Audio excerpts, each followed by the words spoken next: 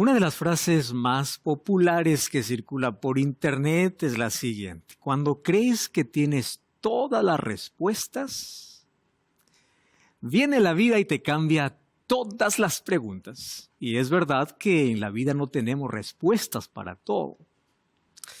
Existen ciertos misterios que a la verdad solamente serán resueltos cuando lleguemos al cielo. Pero cuando se trata de salvación, siempre tendremos una respuesta. El asunto no es tener preguntas. El problema es dónde encontrar respuestas. ¿Cuál es la fuente que tú usas para poder satisfacer alguna pregunta que tienes en la vida? Porque es verdad que todos tenemos preguntas. Pero ¿dónde buscamos la respuesta? Algunos intentan buscar la respuesta en la naturaleza, en la filosofía, en la música, en el arte y en tantas otras opciones que hoy se ofrece como caminos para poder traer respuestas. Sin embargo, si quieres respuesta sólida para tu salvación, solamente hay un lugar: la Biblia. Bienvenido. Comienza una nueva temporada de Biblia Fácil y esta es una temporada que tiene como continuación una que ya hicimos aquí hace algunas temporadas atrás, trayendo algunos textos complicados sobre ciertos temas que por allí son siempre mal entendidos, manipulados o mal interpretados. Mas hoy yo no tengo todas las respuestas, mas la Biblia tiene. Y veamos cómo la Biblia trae siempre respuestas concretas, seguras, con un fundamento sólido cuando se trata de salvación. Mi abrazo y mi cariño para ti. Gracias por participar de este programa. Y también quiero saludar a quienes nos acompañarán durante toda esta temporada. Tenemos 5 participantes de países diferentes. Apenas voy a saludar, luego ustedes se van a presentar. Quiero saludar aquí a Nilsa Espíndola. Ella es abogada y representa a Paraguay. Mi nombre es Nilsa de Sotelo, soy paraguaya de Santa Rita, Alto Paraná, de profesión abogada y docente universitaria. Dios te bendiga, Nilsa. Tengo aquí a Walter Sotelo, licenciado en contabilidad, también de Paraguay. Mi nombre es Walter Darío Sotelo Alcaraz, soy licenciado en contabilidad y auditoría impositiva. Mi ramo mayor es mi profesión de contador. Y aparte de eso tenemos una casa de la familia, ¿verdad? Bienvenido, Walter. Aquí tengo a Sandra Vaz. Sandra es diseñadora de moda y representa a Uruguay. Bueno, mi nombre es Sandra. Actualmente estoy en Barros Blancos, Canelones, es en país Uruguay. Y bueno, soy diseñadora, corte, confección, diseñadora de modas. Hace 3 años, gracias a Dios, que tengo mi propia empresa, Giza.biz se llama. Y bueno, soy la encargada de todo, digamos, actualmente. La mayordomía total del emprendimiento. Bienvenida. Al centro yo tengo aquí a ver, Marcelo, es así. Marcelo Mora. Él es mercaderista y representa a Chile. Hola, soy Marcelo Mora, vengo de un pueblito que se llama Melefquén, que es de la comuna de Panguipulli, de Chile. Vivo solo y trabajo de mercaderista en un supermercado de allá de Panguipulli. Bienvenido. Y finalmente tengo a Nadia Ramírez, técnica de educación diferencial, también representando Chile. Hola, mi nombre es Nadia Ramírez, soy del país Chile, tengo 37 años, mi profesión es técnico en educación diferencial y vengo a Biblia Fácil porque siempre creo que hay interrogantes que quedan como en laguna y bueno, creo que acá podemos aprender mucho de eso. Entonces tenemos Chile, Paraguay y Uruguay, muy bien representados aquí en esta temporada. Hoy vamos a comenzar una serie muy especial. Nuestra temática se basará en poder responder a aquellos textos que aparentemente son complicados y contradictorios. Porque parece que en la Biblia hay una línea de pensamiento hasta que se encuentra con un texto y dice, Uah, ¿y ahora qué pasó aquí? Parece que contradice todo lo que ya se dijo antes. Mas aquí, antes de poder abrir el tema, quiero colocar un principio. La Biblia es inspirada por Dios. Y una de las evidencias de que la Biblia es inspirada por Dios es la unidad que existe en la Biblia.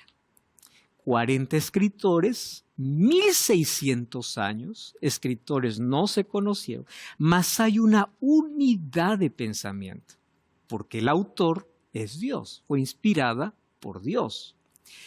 ¿Qué sucede entonces cuando hay un escritor o uno de los que escribió la Biblia que aparentemente contradice? El problema no está en la Biblia, el problema está en mí. Porque si la Biblia yo creo que es palabra de Dios, no es contradictoria. Y si aparentemente hay una contradicción, yo necesito profundizar más a la luz de toda la Escritura. Yo no necesito, o la Biblia no basa su doctrina en un texto, ¿correcto? La Biblia basa su doctrina en toda la Biblia. No es que me agarro de ese texto y a todo lo demás que me importa. Así no se lee la Biblia. Por eso hay una diferencia enorme entre leer la Biblia y estudiar la Biblia. Leer es como si cuando lees un periódico, ves una noticia. Estudiar demanda de tiempo y profundidad. Entonces hoy queremos hablar sobre cómo estudiar la Biblia, que es nuestro primer tema. ¿Por qué cada día hay más denominaciones religiosas? ¿Por qué cada día hay más interpretaciones? El problema no está en la Biblia, el problema está en el lector. ¿Cómo se está leyendo la Biblia? Muy bien, tenemos una costumbre antes de abrir la Biblia. Vamos a pedir la dirección de Dios y oramos. Querido Dios, tu palabra está en nuestras manos y hoy pedimos que tu Espíritu pueda colocarla en nuestro corazón. El Espíritu Santo que inspiró a los profetas y escritores para que este libro pueda llegar a nuestras manos, hoy pueda iluminar nuestra mente para una comprensión clara y correcta de tu palabra. Por eso pedimos que tú seas nuestro Maestro en el nombre de Jesús. Amén. Vamos a las respuestas entonces. Primera pregunta, ¿cómo debo estudiar la Biblia? Esta es una de las preguntas más frecuentes, porque la mayoría de personas tiene miedo a abrir la Biblia. ¿Por qué razón? La Biblia no tiene dibujos, solo son letras, y hoy el mayor ataque a la Biblia tiene que ver con la manera caprichosa de interpretar la Biblia como uno quiere. Así que hoy voy a hablar sobre dos asuntos importantes al momento de estudiar la Biblia. Y vamos por lo básico y fundamental. Para poder acercarnos a la Biblia, primero necesitamos tener la actitud correcta. Actitudes. Antes yo tenía una comprensión un poco diferente. Y yo creía siempre que para estudiar la Biblia uno necesita primero las herramientas. Comentarios, necesita el idioma original, porque la Biblia no fue escrita en español, la Biblia fue escrita en hebreo, arameo y griego. Necesita herramientas. Mas mi comprensión cambió rotundamente porque conozco gente que tiene herramientas, pero no la actitud correcta. Entonces, lo primero que necesito entender es que para estudiar la Biblia necesito tener la actitud correcta. Y esa actitud en la Biblia es conocida por lo menos de 5 maneras, ¿correcto? Vamos a ver, primero, para una interpretación correcta, una actitud correcta. Mi primera actitud es, ¿cuál es la intención por la cual quiero estudiar la Biblia? Intención, primero por la parte invisible del ser humano. ¿Cuál es mi intención? ¿Qué me lleva a estudiar la Biblia? Miren, si hay gente que va a la Biblia para contradecir la Biblia, va a encontrar todo para contradecir. Si hay gente que quiere acomodar la Biblia a su gusto, va a encontrar todo para acomodar. Entonces, lo primero es, ¿cuál es mi intención? ¿Qué cosa es lo que quiero yo para la próxima a la Biblia. ¿Realmente yo quiero que Dios me hable o yo quiero discutir con Dios? Fíjense lo que pasa. La Biblia es muy clara. El asunto es que la gente cuando lee la Biblia encuentra con claridad, cierra la Biblia y dice así: no, pero hay que adaptarla. No, pero vivimos en otros tiempos. No, pero ahora ha cambiado. Entonces, cuando yo voy a querer discutir, ella me dice, ¿esto tienes que comer? Yo digo, no, yo voy a comer lo que quiero. Muy bien, tu intención ya muestra que tú no te aproximas a la Biblia para aprender. Hay otras personas que van a la Biblia para acomodar a sus preferencias. Yo ya encontré tanta gente justificando el mal con textos bíblicos. ¿Y saben lo que hacen? Agarran un pedacito de la Biblia, parte de un texto o un capítulo para acomodar lo que cree. Así dice la Biblia, así está escrito. Pero lee todo el contexto, lee todo el libro, lee en qué contexto está hablando. ¿Qué cosa sucede hoy? Cuando tú quieres dañar la imagen de alguien, grábalo y corta solo la parte que no completó una idea, coloca en internet y está. Eso no es lo que hace la persona. Hoy la persona ni siquiera escucha el contenido.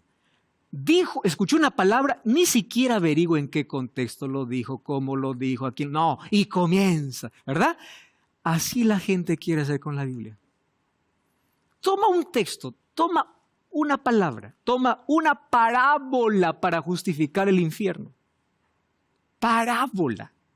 Toma un texto aislado para hacer decir que el alma es algo incorpóreo, cuando eso vino del pensamiento griego, que comenzó con los egipcios, obviamente, pero no en el contexto bíblico.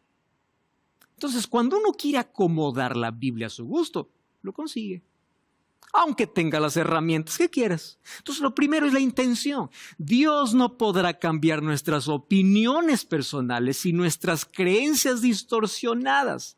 Miren Proverbios 2:7. Dios reserva la verdadera sabiduría a los rectos. Escudo es para los que caminan con sinceridad. ¿Cómo yo me debo aproximar a la Biblia? ¿Cuál es mi intención?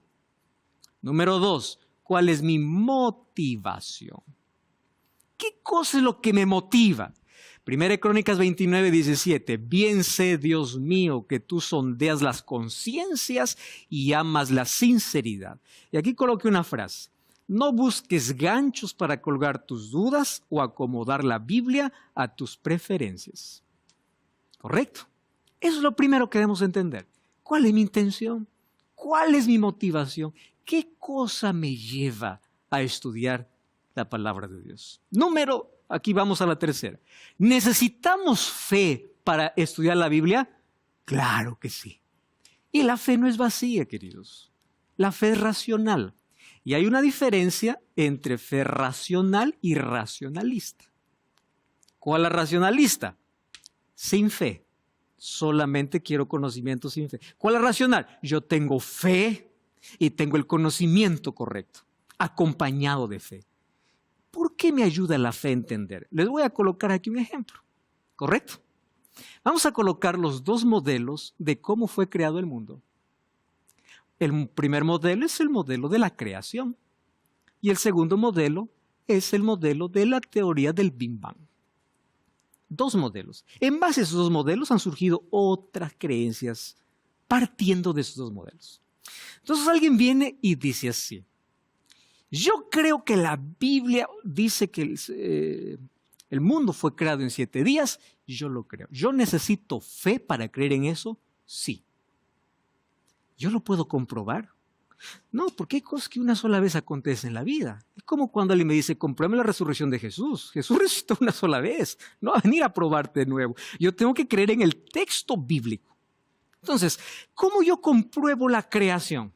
¿Hay evidencias? Por supuesto, pero yo necesito fe. ¿Por qué? Yo no estuve en la creación.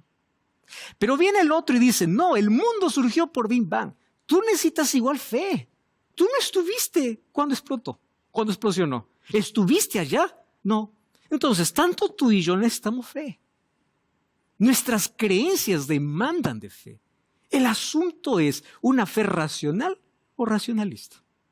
¿Correcto? Ahí está la diferencia. Entonces, la fe bíblica se basa en pruebas y no en opiniones populares. Este es otro asunto.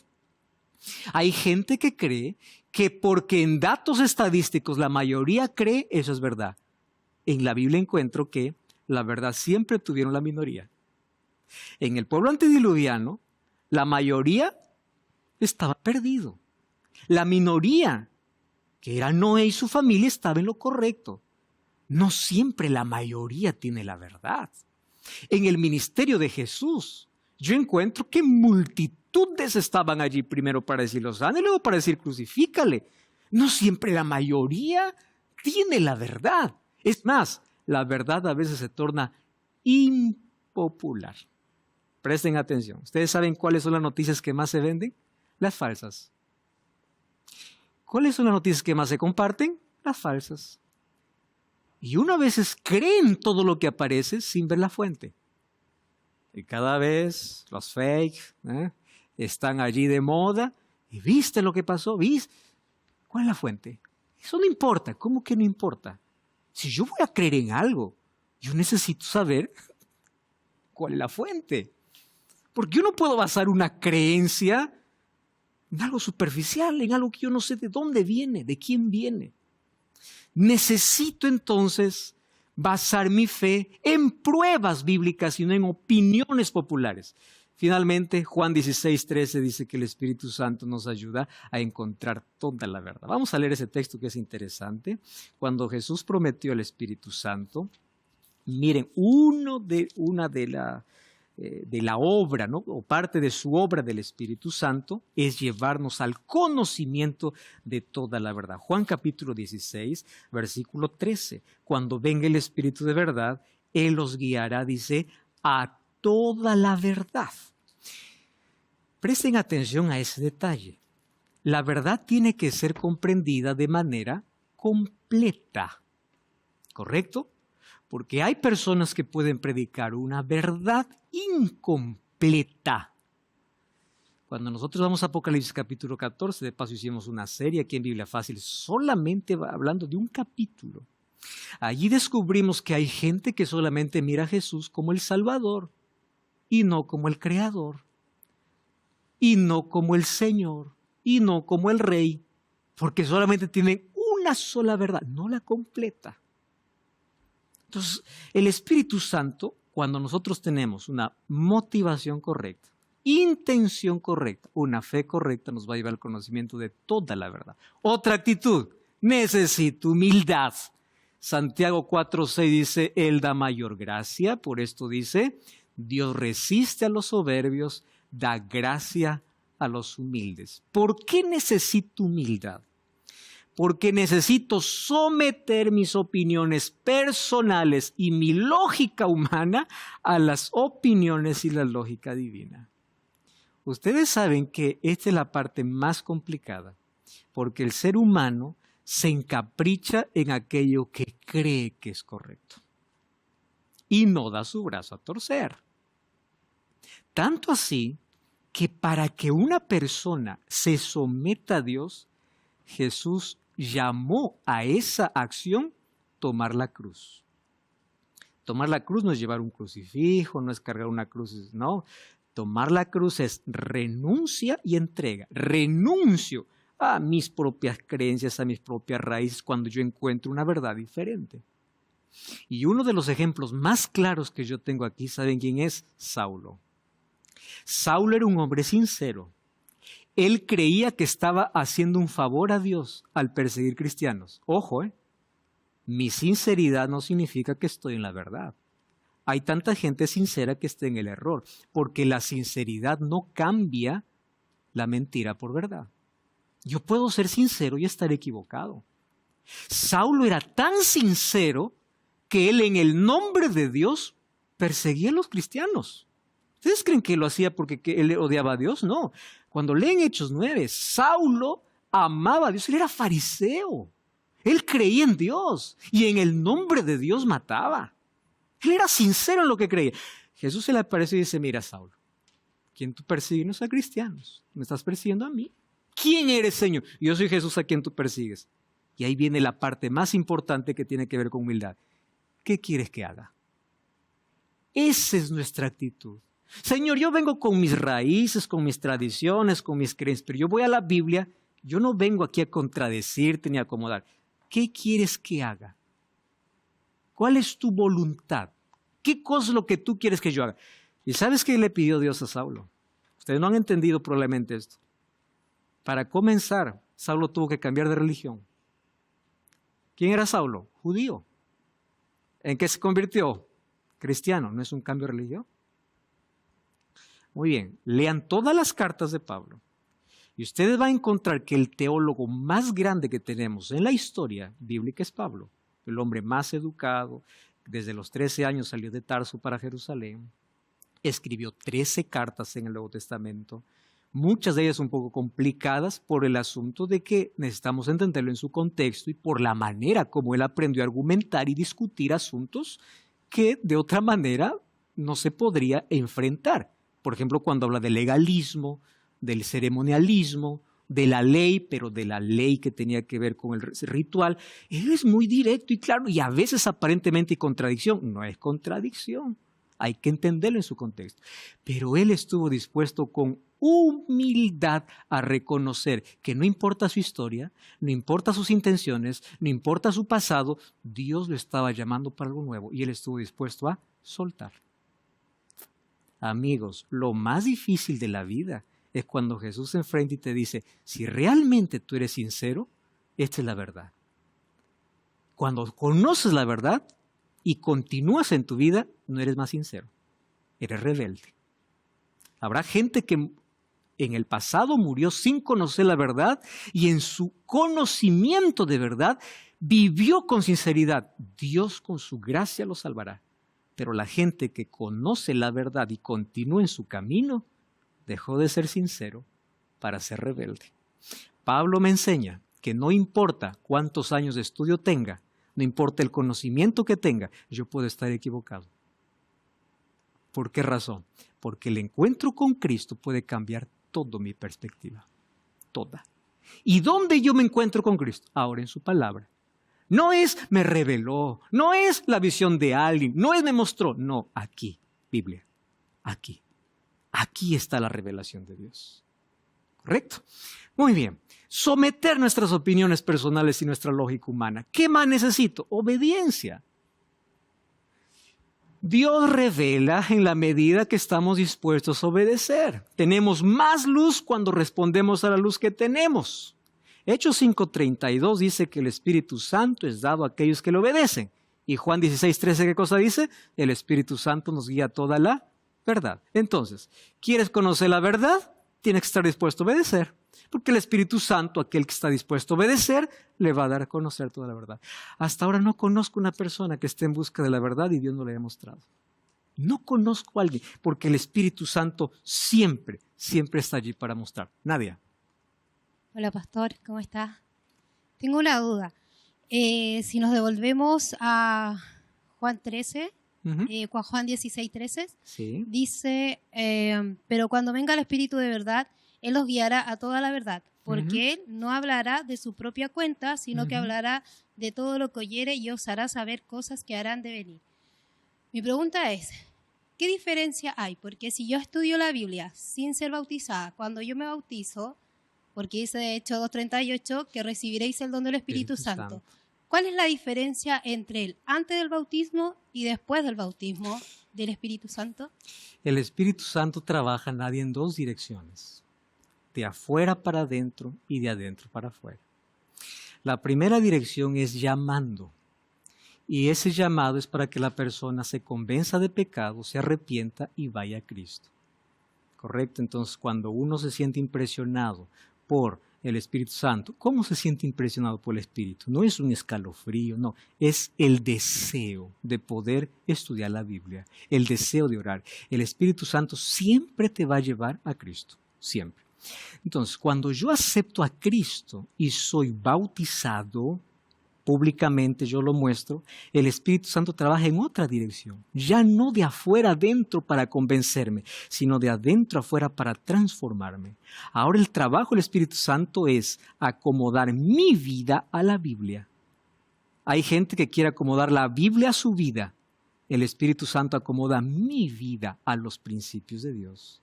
Entonces, el Espíritu Santo siempre trabaja y es por él que somos convencidos de pecado. Argumento humano no existe para poder convencer a alguien que se arrepienta, solo el Espíritu Santo.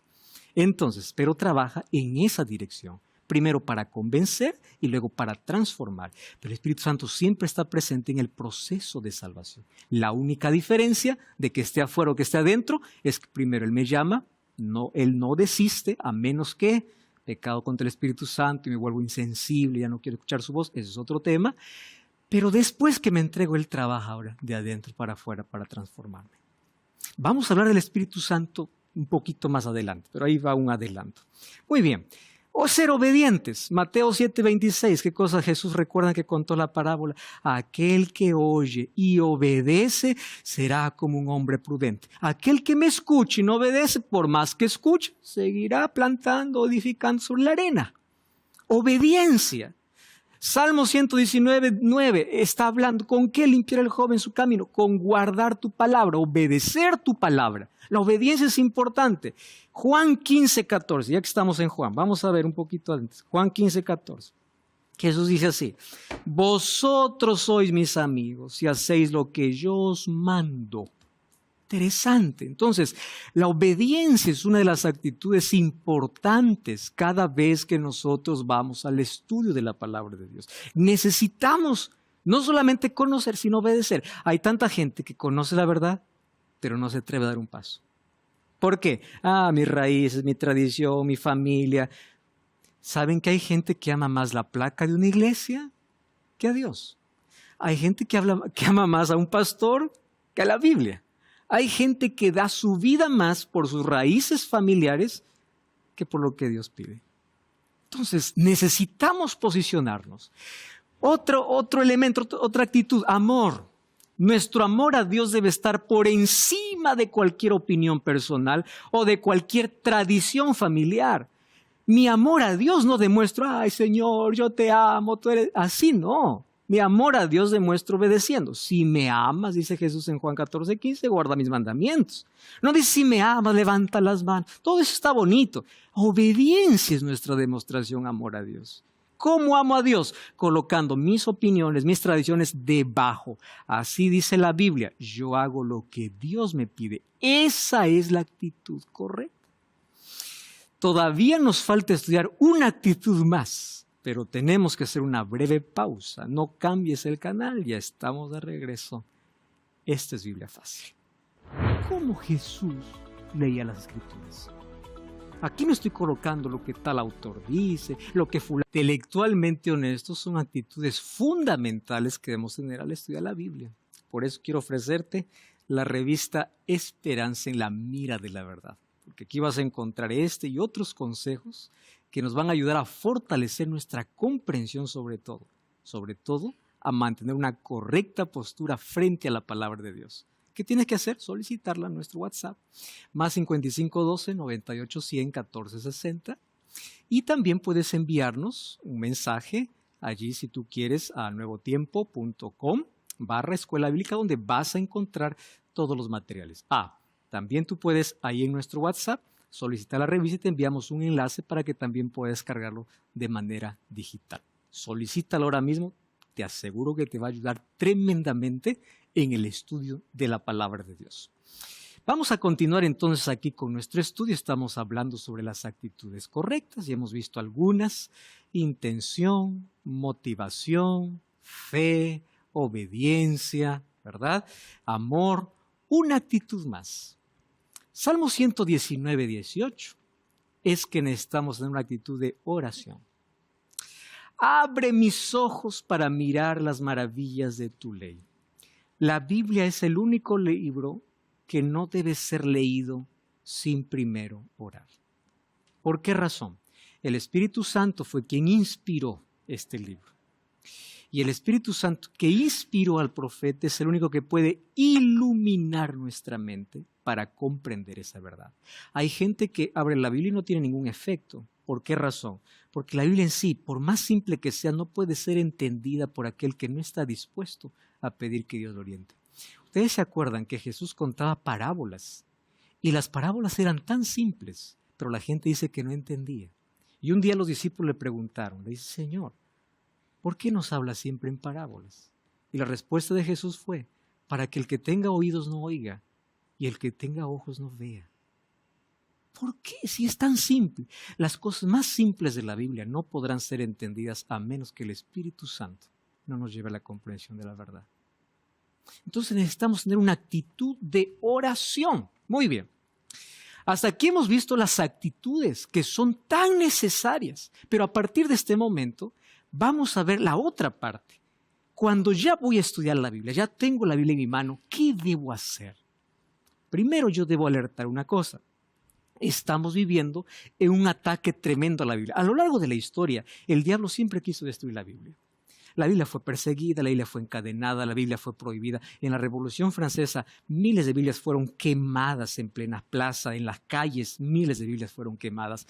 La Biblia fue tremendamente prohibida, durante la Edad Media especialmente, donde aparecieron tantas tradiciones, indulgencias, rezos a los santos, prender velas. Todo eso apareció cuando la Biblia era encadenada. Muy bien. El diablo no se quedó contento al no poder destruir la Biblia de esa manera. Él continuó su ataque, difamando la Biblia. Luego apareció la época donde la razón era el Dios, ¿verdad? La fe era la ignorancia y la razón era la intelectualidad. A ese punto llegó el ser humano a contradecir toda la Biblia. Milagros no existen, que esto no abrió, y difamar la Biblia. Hasta que llegó el año 1947.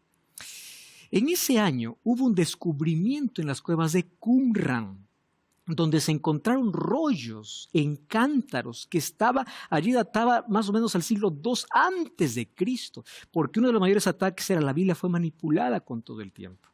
Entonces esta Biblia ya es la Biblia que fue escrita. Entonces ahí encontraron rollos del siglo II. Ahora imagínense, tomaron esos rollos y comenzaron a comparar con la Biblia. Exactamente igual.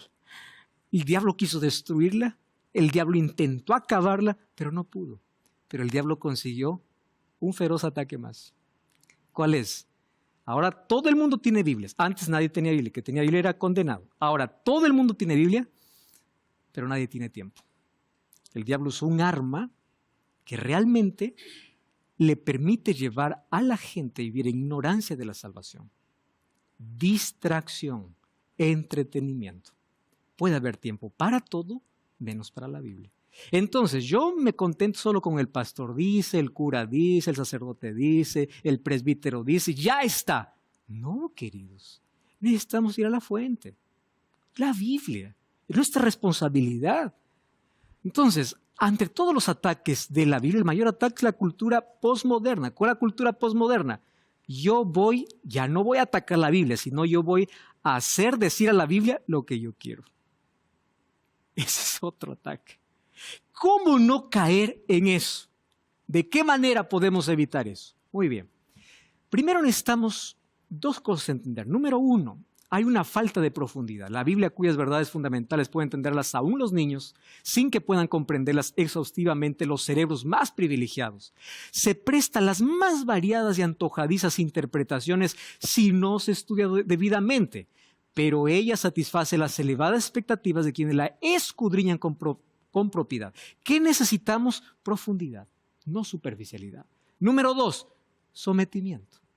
Algunas porciones de la Biblia son demasiado sencillas para ser mal comprendidas, mientras que el significado de otras no pueden discernirse a primera vista.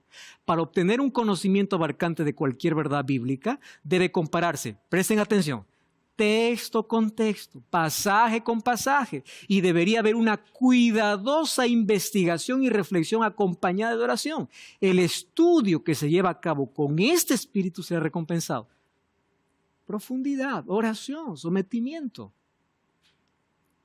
¿Qué necesitamos aprender entonces? Vamos al mayor ejemplo. Jesús. ¿Cómo Jesús leía las Escrituras? Aquí no estoy colocando lo que tal autor dice, lo que fulano tal. No. Jesús, queridos. Todo cristiano tiene su modelo perfecto en Cristo. ¿Cómo Jesús estudiaba la Biblia? Miren el texto. Lucas 24, 27. Comenzando por Moisés. Cuando dice Moisés, es porque Moisés escribió el Pentateuco, los 5 primeros libros de la Biblia. Génesis, Éxodo, Levítico, Número, Deuteronomio, Pentateuco. Comenzando por Moisés, siguiendo por los profetas. ¿Qué viene después del Pentateuco? Ahí vienen los libros históricos y proféticos. Siguiendo por los profetas, les declaraba en todas las escrituras cómo se lee la Biblia, no por pedacitos, todo. Entonces hay tanta gente que se agarra a un texto y olvida el todo. Olvida los escritos del Antiguo Testamento. Olvida algunas otras partes. No, así dice. La ley ya no sirve. Jesús lo clavó en la cruz porque así dice Pablo. Querido, lee toda la Biblia. No, que nosotros no somos un alma. Tenemos un alma porque aquí dice que... Y vamos a hablar del alma de aquí dentro de poco. Se agarran de un texto cuando la manera como se estudia la Biblia no es aislada. La Biblia se estudia en su totalidad. Entonces, ya les dije, si aparentemente un texto está contradiciendo, el problema no es bíblico, el problema soy yo. Porque yo necesito investigar, porque en la Biblia no hay contradicción. El Nuevo Testamento no es la contradicción del Antiguo. El Nuevo Testamento es la continuación, no la contradicción. Pero hay tanta gente. En el Nuevo Testamento solo hay gracia, en el Antiguo Testamento solo hay ley. Entonces, querido Dios hubiese dicho solamente el nuevo para ustedes, el antiguo, vamos a quemarlo. Cuando nosotros no interpretamos la Biblia como Jesús lo hacía, caemos en errores terribles. Porque la Biblia se explica en su totalidad. No basado en un texto, en un párrafo, en un capítulo, en una parábola. No, todo. Aquí dice muy bien. ¿Qué dice toda la Biblia? Porque si tú me dices aquí algo que va a negar lo que la Biblia dice, es tu interpretación lo que está mal. No es la Biblia. ¿Correcto? Eso es lo que Jesús me enseñó. ¿Cuál es hermenéutica bíblica? Una creencia que busca establecer y escribir principios y métodos para interpretar un texto. Incluso derecho también estudia el asunto de hermenéutica, ¿verdad? Entonces son principios que nos ayudan a poder ver de que este es el camino, esta es la verdad. Para eso, ¿cuáles son esos principios? Número 1, 3 principios voy a mostrar porque hay más. Pero estos 3 principios son interesantes. Número 1, la Biblia enseña una sola teología. Hay gente que dice, no, en el Antiguo Testamento la gente se salvó por la ley, en el Nuevo por la gracia. O sea, hay 2 teologías en la Biblia. No existe. Nadie llega al cielo diciendo, yo aquí estoy por la ley, y el otro, estoy aquí por la gracia. No existen 2 teologías. Existe una sola teología en toda la Biblia. Entonces somos salvos por gracia. La gracia también existió desde el comienzo. No existió un cambio. Tenemos que comprender eso en su contexto. Hay una sola teología. Número 2, la Biblia se interpreta a sí misma. Yo no necesito buscar interpretaciones. Miren, Apocalipsis 12:3, apareció otra señal en el cielo, un dragón rojo. Alguien, ¿quién será ese dragón rojo? ¿Será China? ¿Será Alemania? ¿Será Estados Unidos? No, querido. Apocalipsis 12:9, y fue lanzado fuera aquel gran dragón, la serpiente antigua que se llama Diablo y Satanás. Muy bien, las interpretaciones están en el mismo texto, pero si yo solamente leo un texto, comienzo a hacer volar mi creatividad. Esto es lo que quiere decir. Sigue leyendo y vas a encontrar la respuesta. Número 3, como la Biblia no fue escrita en español, necesitamos ver varias versiones, porque cada versión que existe de la Biblia es una manera de traducir el idioma original. Hoy existe incluso interlineal que nos favorece, aun cuando hay gente que no sabe bien el idioma, puede ir y ver si realmente fue traducida de manera correcta esa palabra. Es sencillo, pero miren, usar varias traducciones nos libra de tantos problemas. Luego vamos a ver por qué existe tanto problema con alimentos, con la ley, con el sábado, agarrando textos aislados. Solamente si tomaran más versiones, se les acabaría el problema. Pero ¿qué hace el ser humano? Quiere acomodar la Biblia a su capricho. Muy bien. Necesitamos mirar el ambiente. Este es otro asunto. Recordemos que la Biblia fue escrita en un ambiente cultural, diferente al nuestro. Oriental es diferente al occidental. Alma para los judíos no es lo mismo que alma para los griegos. Es como aquí en Brasil, exquisito no es lo mismo que para el público hispano.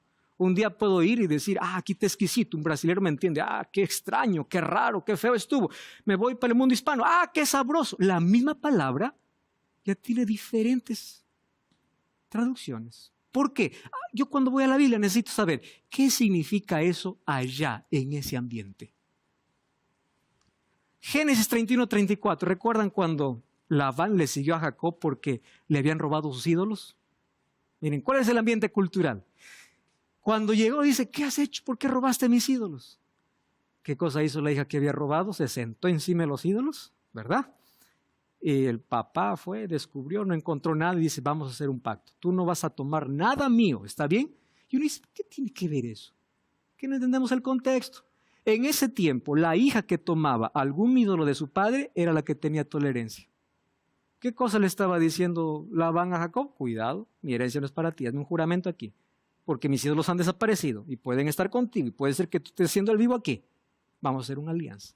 Contexto cultural, ¿correcto? Otro, Jeremías 17:5 dice, maldito el varón que confía en el hombre y su corazón se aparta de Jehová. Entonces yo no creo en nadie porque nadie tiene confianza. Maldito. Yo no confío ni en mi esposo, ni mi esposa, ni en nadie porque maldito. Eso lo está diciendo la Biblia. ¿En qué contexto lo está diciendo? Dios les dice a través del profeta, entréguense a Babilonia. Pero no, el pueblo de Israel no. Podemos vencer a Babilonia. Vamos a buscar ayuda en Egipto. Y ahí viene el profeta y dice, maldito el hombre que confía en el hombre. ¿En quién están confiando? ¿En Egipto o en Dios? Hay que ver el contexto. Otro texto que más lo utilizan, 1 Corintios 11:6. Si la mujer no se cubre, que se corte el cabello. Y si es vergonzoso la mujer cortarse el cabello, raparse, que se cubra. Ahí viene. Entonces aquella mujer que se corta el cabello ya está maldita porque la Biblia dice así. Y los que tienen cáncer, y los que tienen enfermedad. La Biblia. No, hay que entender qué pasaba en el tiempo de Pablo. En Corinto, los que adoraban a la diosa Diana, ¿no? ¿Qué hacían?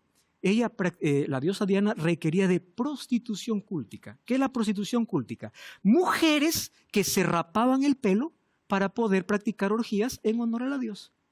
Entonces, raparse el pelo en ese tiempo era como prostituirse. ¿Qué sucedía si una mujer se rapaba el pelo y estaba en la iglesia o tenía el pelo corto? Le iba a confundir. Entonces Pablo dice, por favor, su cabello sea como un velo. En ese contexto. ¿Se dan cuenta de la importancia de poder ver el contexto, el ambiente en el cual se escribió? Analice lo que lee varias veces el texto. Yo varias veces tengo que leer el capítulo, a veces todo el libro. Y a veces con toda la Biblia. Ve el contexto, el análisis histórico. ¿Quién escribió? ¿A quién lo escribió? ¿Por qué lo escribió? Las cartas de Pablo. Era para tratar un problema. Entonces hay que ver cuál era el problema que estaba tratando. Y no de allí sacar así dice y punto. Hay que ver cuál es el problema. Busque pasajes paralelos que traten sobre el mismo tema. Si aquí hay una parábola que habla sobre eso, yo creo que puede ser así. Muy bien, ¿qué dice la Biblia? ¿Qué dice Isaías? ¿Qué dice Deuteronomio? ¿Qué dice el Antiguo Testamento? Ahora, si es que aquí dice algo que aquí no dice, espera, yo necesito investigar más. Porque la Biblia no tiene contradicción. Hay tanta gente creyendo que existe un infierno basado en la parábola del rico y Lázaro, cuando es el único texto en toda la Biblia que habla de una conversación ultratumba. O sea, por Lucas 16 voy a tirar toda la Biblia. Entonces yo tengo que entender que Jesús no estaba diciendo que hay un infierno, Jesús estaba dando a entender otras lecciones. ¿Correcto? Muy bien. Necesito determinar qué es una profecía, una parábola, una historia. La historia se entiende cómo se lee, la profecía no. La profecía tiene símbolos. ¿Qué más necesito? Encontrar sentido a lo que leo. Palabras que se repiten, cuál es el texto que sobresale, cuál es la estructura literaria. Bueno, hay símbolos, tipologías, figuras de lenguaje, qué representaba el corderito que se sacrificaba, hasta dónde llegó, ahí están las tipologías. No presenta la Biblia un registro impecable de sus protagonistas. Yo no puedo decir, porque David vivió así, yo voy a ser así. No. ¿Cuál es la lección que yo necesito entender de David? ¿Cuál es la lección que debo entender de Salomón? Dios no los colocó como modelos. Los colocó para que nosotros entendamos que hay salvación y perdón a pesar de nuestros errores. Hay un tipo de lenguaje. La Biblia tiene diferentes tipos de lenguaje. Símil, por ejemplo, será como árbol plantado. Ese cómo es una comparación. Metáfora. Jesús le dice, id y decid a aquella zorra. No le estaba insultando, estaba cambiando una palabra, es una metáfora. Aquel astuto, aquel sanguinario, ¿no? Eso dice Lucas 13:32. Hay pleonasmo, una expresión de redundancia. El copero no se acordó, sino que se olvidó. Raro, ¿no? Una aparente redundancia, ese es un tipo de lenguaje. Hay una hipérbole, una exageración. Salmo 6:6, me he consumido a fuerza de mi gemir todas las noches, lleno mi lecho. ¿Quién puede llenar su lecho de lágrimas? Es una exageración. Hay eufemismo, es un intercambio de una palabra ruda por una expresión delicada. Por ejemplo, 1 Samuel 24:3 y Jueces 3:24. Cubre sus pies en la sala de verano. ¿Qué significa? Está haciendo sus necesidades. Pero es un tipo de lenguaje, eufemismo. Las parábolas, hay que analizar. ¿Cuál es la verdad central? Pastor, Jesús contó el buen sembrador. ¿Cuántas aves comieron? Eso no es lo importante. Lo importante es cuál es la lección. ¿Correcto? Analiza el contenido de la parábola. ¿Cuál es el énfasis? El trasfondo cultural, su vida cotidiana, el pensamiento hebreo. El paralelismo con otros textos. Porque varios textos cuentan la misma parábola y algunos otros lo cuentan con más claridad. Compare la verdad de la parábola con la enseñanza global, porque Jesús, ¿qué cosa dijo? No he venido para anular la ley y los profetas. Entonces, si con una parábola dices, yo creo en esto porque Jesús lo dijo, Jesús dice, yo no he venido para anular las escrituras. Si tú estás interpretándome mal, primero recorre todas las escrituras, porque yo no vine para anular la ley y los profetas. Las epístolas, que son los que hoy más malas interpretaciones tienen. Pablo dijo ley, pero ley en la Biblia por lo menos hay 4 maneras de decir. Ley moral, ley ceremonial, ley civil. ¿Qué ley está hablando? ¿Correcto?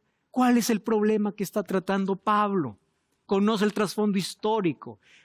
¿Qué necesidades tenía la iglesia? A veces el escritor está refutando un error, por ejemplo, cuando escribe Gálatas, Colosenses y Romanos. Él no está atacando la ley, él está atacando el legalismo y las fiestas ceremoniales que los judaizantes querían imponer. Pero la gente quiere decir, aquí dice Pablo que la ley fue anulada en la cruz, que los sábados ya no existen. Leen el contexto. ¿Cuál era el problema que estaba tratando Pablo? Para no echar la verdad por tierra. Distinga lo cultural de lo universal. No llegue a conclusiones mientras no ve el panorama completo. Es así que necesitamos leer la Biblia. Miren ese texto lindo. Nada mejor para fortalecer la inteligencia que el estudio de las Sagradas Escrituras. Ningún otro libro es tan potente para elevar los pensamientos, dar vigor a las facultades, como las ennoblecedores verdades de la Biblia. Si se estudiara la palabra de Dios como se debe, los hombres tendrían grandeza de espíritu, nobleza de carácter y una firmeza de propósito que raramente se ve en ese tiempo. ¿Qué dice Jesús? Escudriña las Escrituras. Tienes que profundizarte en las Escrituras. Un padre agricultor antes de morir llamó a sus hijos y les dice, hijos, la herencia para ustedes está en la tierra. Cuando murió el padre, los dos fueron desesperados a cavar cada centímetro del terreno que tenían. Un día cansados dijeron, nuestro padre nos engañó. No había ninguna herencia, no hay ningún tesoro. Y para el siguiente año mejor pusieron a producir y esa producción fue tremenda. ¿Por qué? Porque cavaron la tierra. La herencia que Jesús te dejó necesita cavar, necesitas profundizar, necesitas entender, necesitas dedicar tiempo. Escudriña, profundiza, no te quedes con lo que escuchaste, con lo que alguien dijo. Abre la palabra. No es un libro lleno de páginas en blanco y negro. Aquí hay salvación. Y esa salvación hoy está dispuesta para todo aquel que realmente busca. Yo quiero invitarte para que tú puedas abrir tu corazón y puedas decir, Señor, dame la actitud correcta y el método correcto para encontrar en tu palabra salvación. ¿Ya te diste cuenta que para ser profesional hay que llevar varios cursos? Y la persona que quiere tener una profesión necesita trasnocharse, estudiar, investigar, apenas para poder desenvolverse aquí en la tierra. Y para tu salvación, ¿cuánto tiempo estás dedicando? ¿Estás dando que otro te diga lo que hay que hacer? ¿O estás yendo tú mismo a la fuente? Nos preparamos tanto solo para esta vida y para la eternidad. ¿En manos de quién estás dejando todas tus creencias? Hoy ponte de parte de Dios, de su palabra, que la base y el fundamento de tu fe no esté en lo que alguien dice, sino en escrito está. Yo hago esto porque la Biblia lo dice. No porque siento, no porque yo creo, no, porque la Biblia lo dice. Solo así podrás estar seguro de que estás en el camino correcto. Ora conmigo. Querido Dios, ayúdanos para que con responsabilidad, profundidad, diligencia podamos estudiar tu palabra. No queremos ser negligentes, sino diligentes en el estudio de ella. Ayúdanos para poder encontrar allí el plan de salvación que tienes para nuestra vida. Nos entregamos a ti en el nombre de Jesús. Amén. Dios te bendiga. Hasta la próxima.